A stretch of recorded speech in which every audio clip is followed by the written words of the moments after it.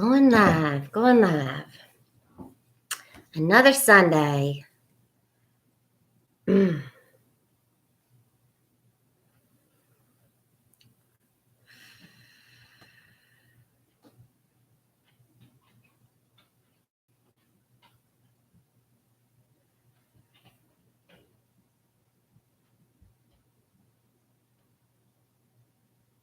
Hello, everybody.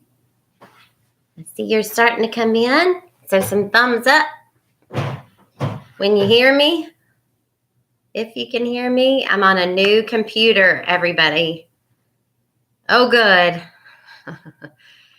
Ooh, it's been a journey this weekend of trying to get this figured out. So I'm on a new computer. All the logins were gone. Was having a real hard time yesterday, even finding the Unity of Appleton channel. Apparently, we've got two out there.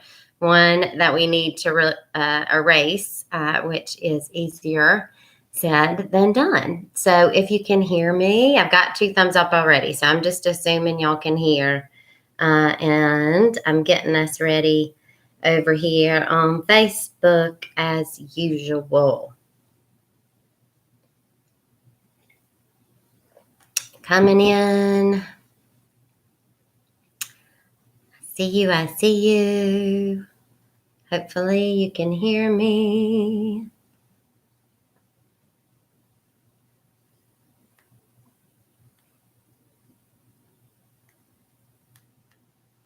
Getting Facebook ready. Okay, so I only have 2 thumbs up. So now I'm a little concerned. So if I could even just get one more to tell me that this is going okay. Again, oh good. I'm on a new computer. So I'm a little gun shy today. I'm a little nervous today. So yay. Okay, good. Come on in.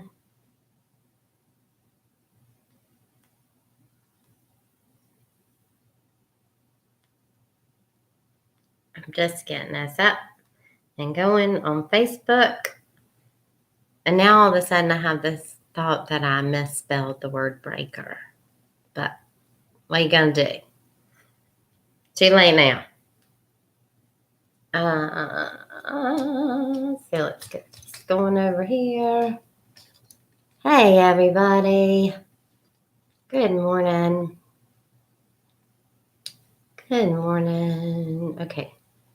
So what time it's 10. So I'm going to go live over here. I'm going to start the live over here. I'd really like to get y'all on one level when I do this here, but we're not going to be doing it from here for long. Part of why I'm here this morning is because of the new computer and the password situations. And I had this this knowing because of the hours I spent trying to get passwords going. I still don't have Office 365 going on, so I could not do a PowerPoint. I couldn't even open the PowerPoints on the computer. So that was out of the window. There was not going to be able to be a PowerPoint. And then I had this thought, what if I get there and I'm not able to connect to the internet because of the password? And the lack of passwords. So here we are again in my dining room, but I promise this is not the norm. I promise I'm not moving Unity of Appleton to my dining room. And on that note, plans are underway, everybody, to get back in the building. We'll continue our online presence, of course, but plans are underway to get back in the building. The intention being in July. So very exciting. Very exciting to look forward to. So I'm giving us some minutes, giving everybody a chance to come in before we get started. Good morning, Facebook. Good morning, friends on Facebook. Good morning, Unity of Appleton community on YouTube. And this is a good time to just invite our Facebook friends to subscribe to our Unity of Appleton channel. One of the things that's going to happen as we go back into the building, we are going to still have an online presence, but the majority of that online presence will likely be on our YouTube channel with some here and there on Facebook. So this is the perfect time to find us on YouTube and subscribe to our channel so that you are able to continue to be with us virtually once we're back in the walls. Or, of course, we would love to have you in the walls too, though I know some of you are not local. So, all right. So there's that good plug. So, right. Couple minutes.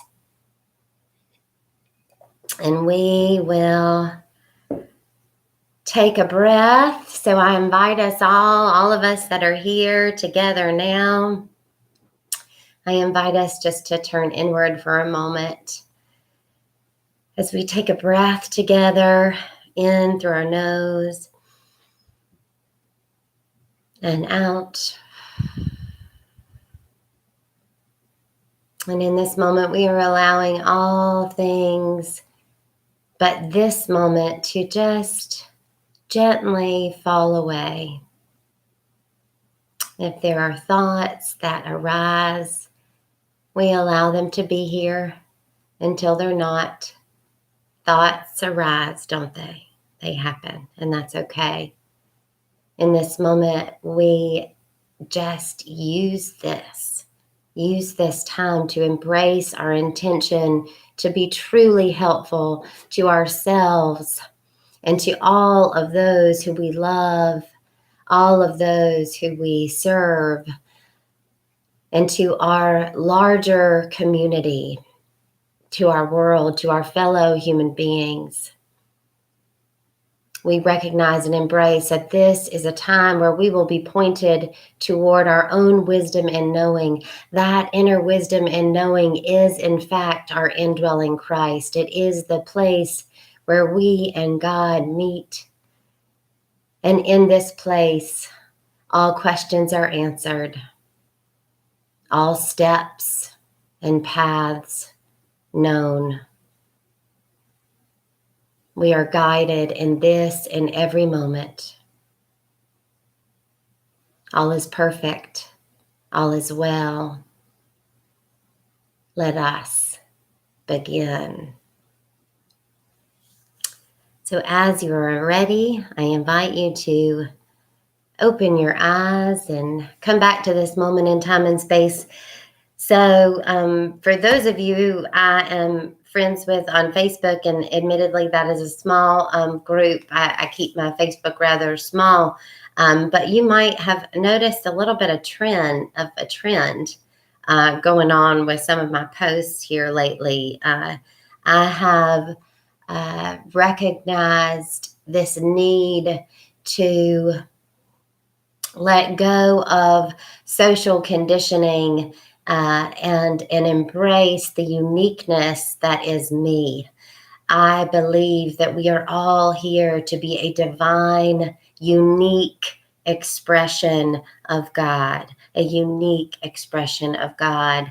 And unfortunately, there are so many social norms that are embedded into our society, ways in which we are conditioned to follow the herd, to follow the rules. And on this Palm Sunday, we honor the great rule breaker, JC himself, who certainly embraced uniqueness and decided that he did not come here to be a rule follower, but rather to follow his knowing that came from his connection with his Father, with God. And so, in honor of that, I invite us in this time to kind of embrace this idea of our inner rule breaker.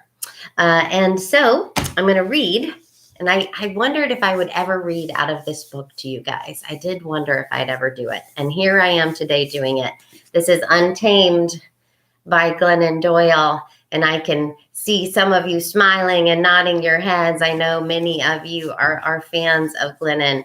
And so I'm going to read just a couple of excerpts from this book. In the beginning, it's the very, very beginning. It's the prologue that I'm going to start with. And first, I'm going to have a sip of my coffee to wet my whistle, so to speak. And this is a prologue. Cheetah. 2 summers ago, my wife and I took our daughters to the zoo. As we walked the grounds, we saw a sign advertising the park's big event, the Cheetah Run. We headed toward the families, scouting out their viewing spots, and found an empty stretch along the route. Our youngest, Amma, hopped up on my wife's shoulders for a better view. A peppy blonde zookeeper in a khaki vest appeared. She held a megaphone and the leash of a yellow Labrador retriever. I was confused. I don't know much about animals, but if she tried to convince my kids that this dog was a cheetah, I was going to get a Cheetah Run refund. She began, "Welcome, everybody. You are about to meet our resident cheetah, Tabitha. Do you think this is Tabitha?" "No," the kids yelled.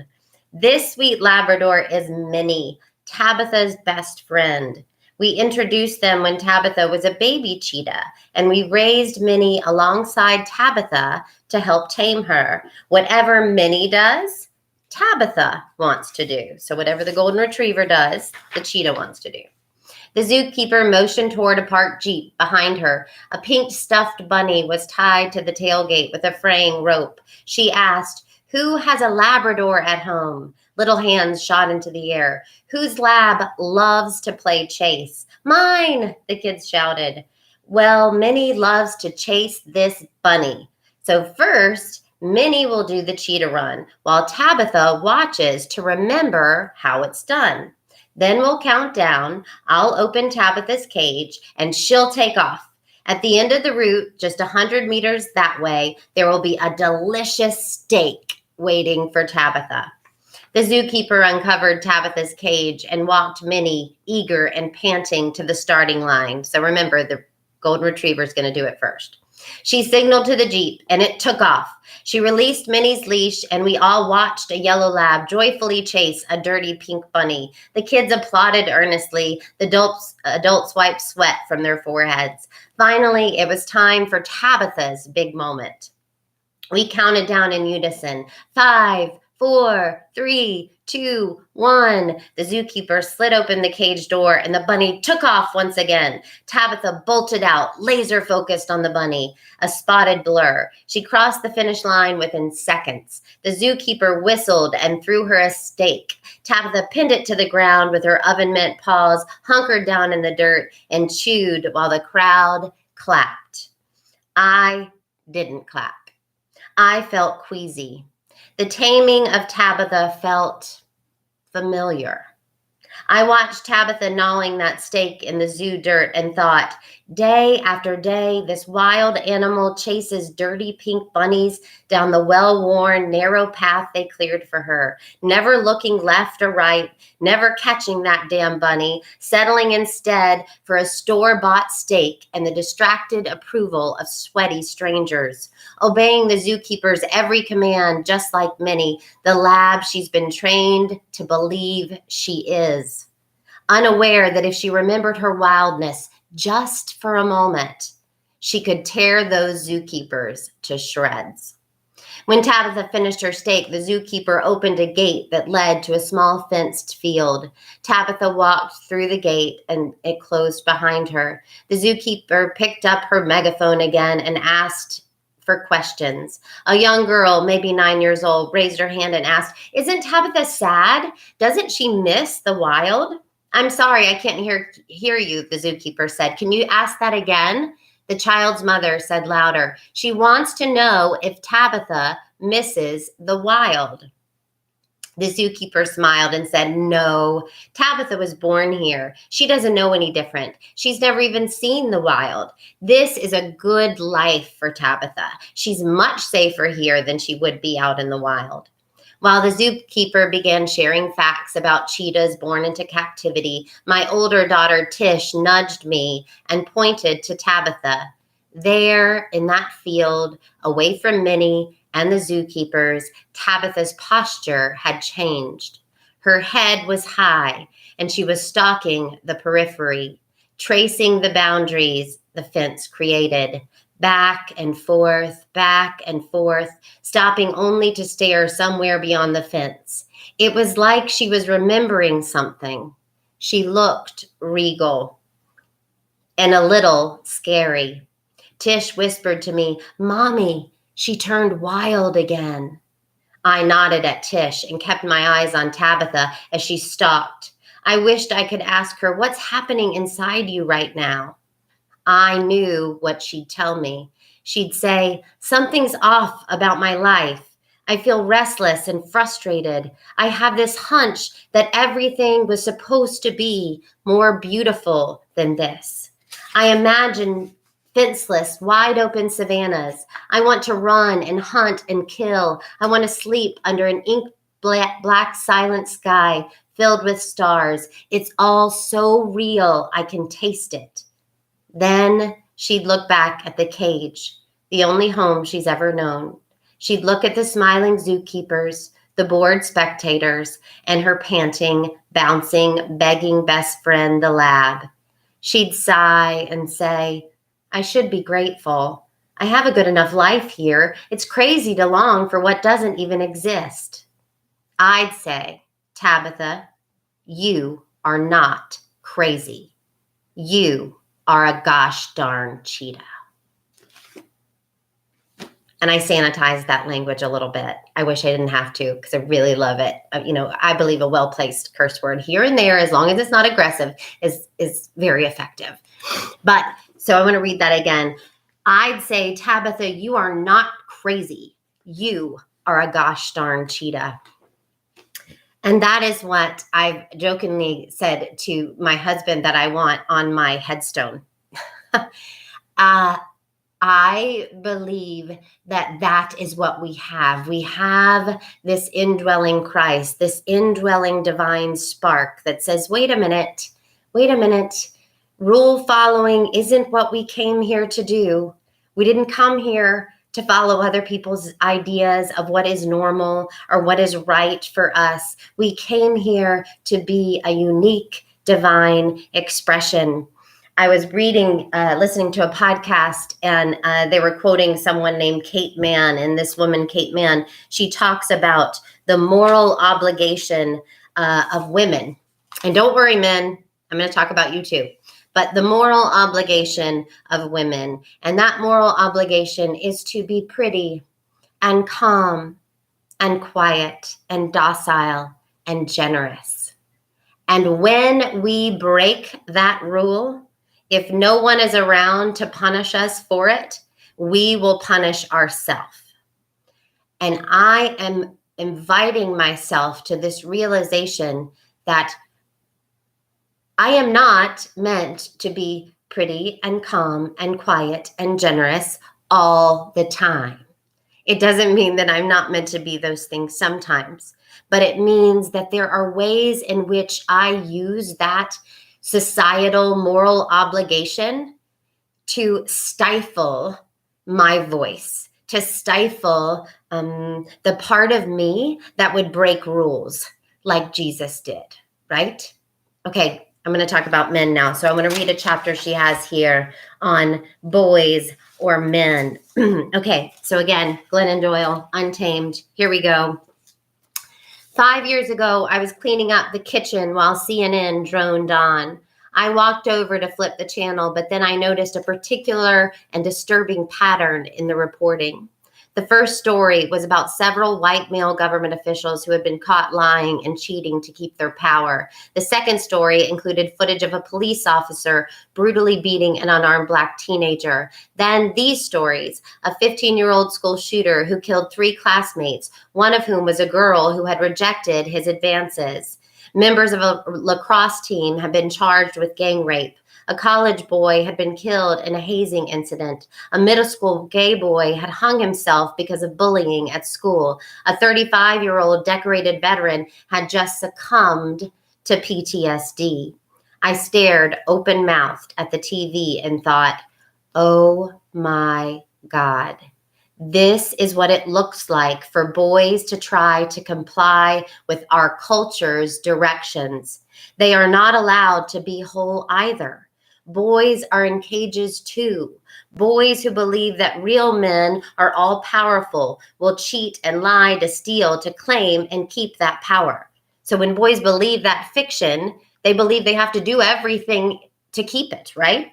Boys who believe that girls exist to validate them will take a woman's rejection as personal affront to their masculinity. Boys who believe that open, vulnerable connection between men is shameful will violently hate gay boys. Boys who believe that men don't cry will become men who rage. Boys who learn that pain is weakness will die before they ask for help. Being an American boy is a setup. We train boys to believe that the way to become a man is to objectify and conquer women, value wealth and power above all, and suppress any emotions other than competitiveness and rage. Then we are stunned when our boys become exactly what we have trained them to be. Our boys cannot follow our directions, but they are cheating and dying and killing as they try to. Everything that makes a boy human is a real man's dirty secret. Our men are caged too. The parts of themselves they must hide to fit into those cages are the slices of their humanity that our culture has labeled feminine. Traits like mercy, tenderness, softness, quietness, kindness, humility, uncertainty, empathy, connection. We tell them, don't be these things because these are feminine things to be. Be anything but feminine. The problem is that the parts of themselves that our boys have been banished from are not feminine traits. They are human traits. There is no such thing as a feminine quality because there is no such thing as masculinity or femininity. Femininity is just a set of human characteristics a culture pours into a bucket and slaps with the label feminine. Gender is not wild, it's prescribed. When we say girls are nurturing and boys are ambitious, girls are soft and boys are tough, girls are emotional and boys are stoic, we are not telling truths, we are sharing beliefs that have become mandates. If these statements seem true, it's because everyone has been so well programmed. Human qualities are not gendered.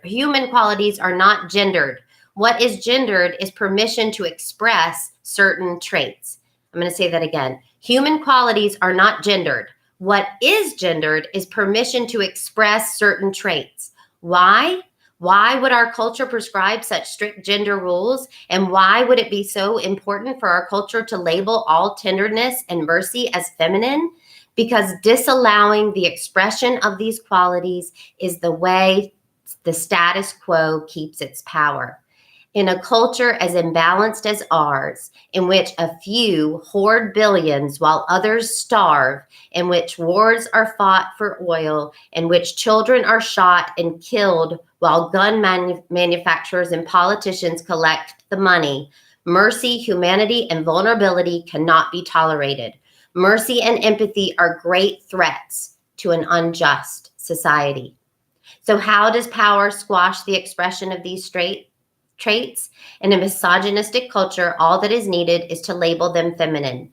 Then we can forever discount them in women and forever shame them out of men. Ta-da! No more messy, world-changing tenderness to deal with. We can continue on without our shared humanity challenging the status quo in any way. I stood and stared at the TV. I thought back on how I had prepared my girls from day one to fight for their humanity. And I thought, shoot, I have a son too. So I know what I've just read has talked about gender and gender roles and gender traits. And these are just some of the ways in which society, which the collective has decided what is okay and what is not okay. What is okay for a person of a certain age, what is not okay for a person of a certain age. What is okay for a certain person of an ethnic background, what is not okay for a certain person of a certain ethnic background. There's all of these things embedded, and I don't believe that they were done out of some kind of malice. I really don't. I really just believe it was fear. It was just, we all have a fearful part of us. And the parts of our culture and our society that have been built on fear have put into place ways in which to keep us all in order, to keep us all in line. And it's Palm Sunday, everybody, where Jesus rode through the streets on a donkey while they all screamed Hosanna. And that was anything but okay with culture. It was anything but okay with society at the time. This is a moment for rule breaking. And it doesn't mean just willy-nilly rule breaking. It doesn't mean that we abandon generosity or empathy in any way. In fact, I think that if we get more in touch and just become curious about the ways that we may be conforming ourselves unnecessarily, we actually, what's happening is we're getting closer to our essence. And when we get closer to our essence, we're closer to our love. Right? We're closer to our love, which means we act from our essence, our love. So it is not dangerous to let these things go. It is dangerous not to question the ways that we are bending and changing ourselves. And some of them are so subtle, we don't even recognize we do it. I was sitting, it was yesterday or the day before, in the kitchen, and I was celebrating kind of a great mom moment that I had a way in which I was proud of myself for how I was showing up for my boys. And my boys were not in the room. They were nowhere nearby. And I said, I am a good damn mom. That's what I said. And my husband went, honey, because I had used a curse word. And I had kind of used force with what I was saying. And I stopped him and I said, wait a minute. It is okay for me to use a curse word. I'm not being aggressive. And it's okay for me to be loud. I don't have to be docile all the time, do I? And he said, you know what, honey, you're right. I'm sorry. Yeah, I got a good one. So on Palm Sunday, let's honor the great rule breaker, and let's look within and maybe see the ways in which we're being invited to break some rules, for the greater good, not selfishly, but for the greater good. But the way to the greater good is to serve our essence, our uniqueness. And so it can sometimes to the outer world appear selfish. But you and I can trust our consciousness to know what is really selfish and what is really self-full. Self-full, good. And we can trust our consciousness to know the difference.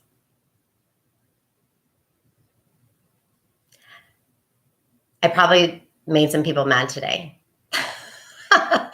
And guess what?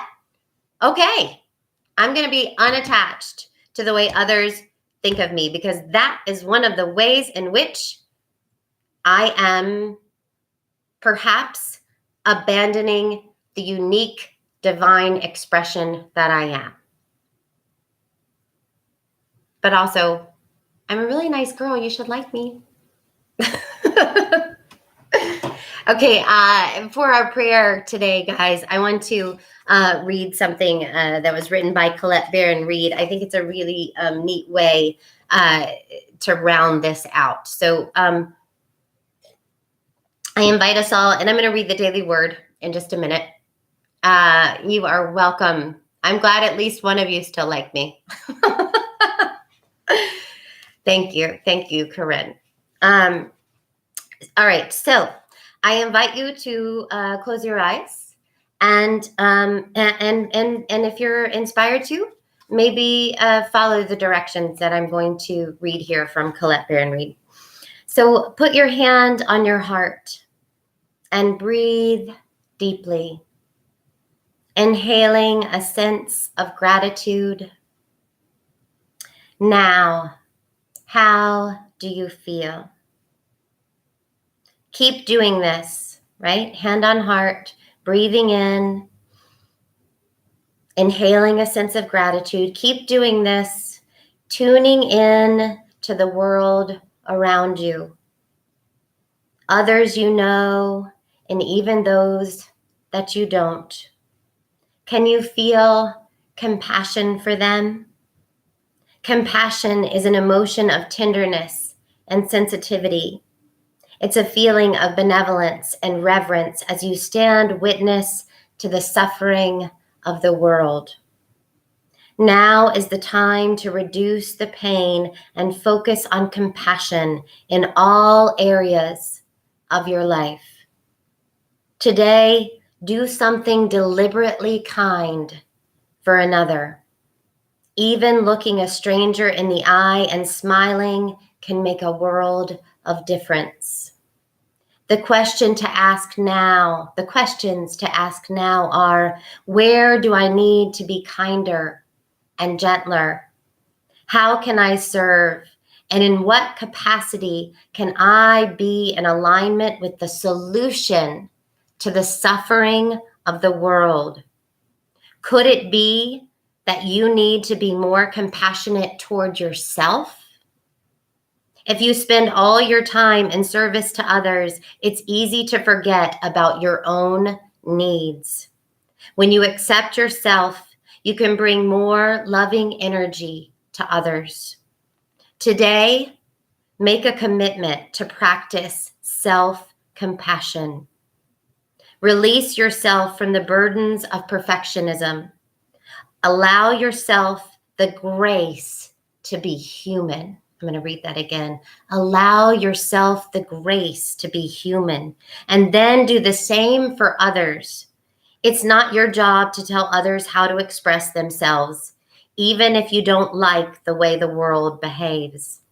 Today, be kind for no reason at all, and watch miracles arise. Do you love that?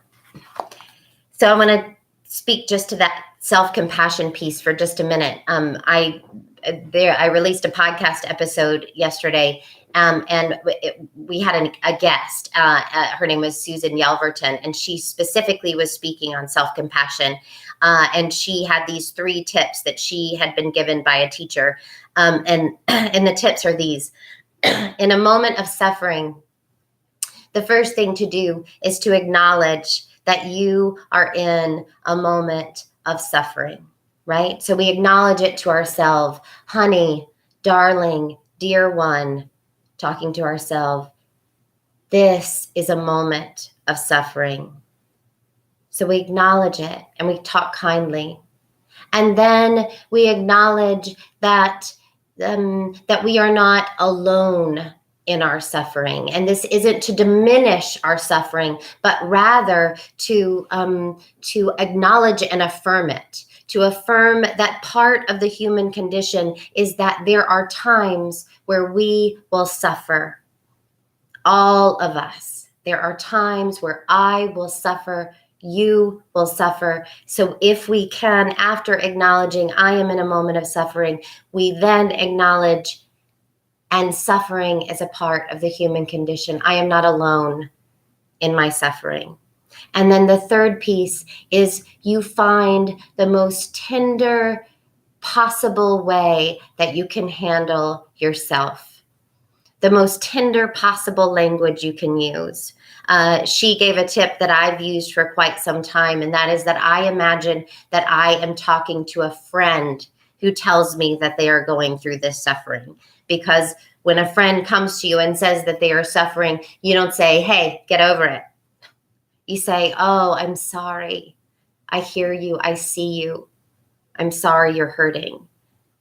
And so we would give ourselves the tenderness that we would give another. So that is the self-compassion piece. Okay, daily word. I'll finish up with our daily word. Daily Word is a Unity Worldwide publication. You can find it at dailyword.com. It's a daily word. It's a daily devotional, a short devotional, a great 5-minute way to begin your day and center yourself in the place of your essence. And today, on Palm Sunday, the word is Hosanna. Sorry, guys. I needed water. Guided by the divine presence within, I follow the path to spiritual freedom. I imagine Jesus's experience riding a young donkey through the gates of Jerusalem, seeing the waving palm branches, feeling the people's love, hope, and even their fear as they shout, Hosanna, blessed is the one who comes in the name of the Lord. Oh, and that is all of us. We have come as a divine expression of God.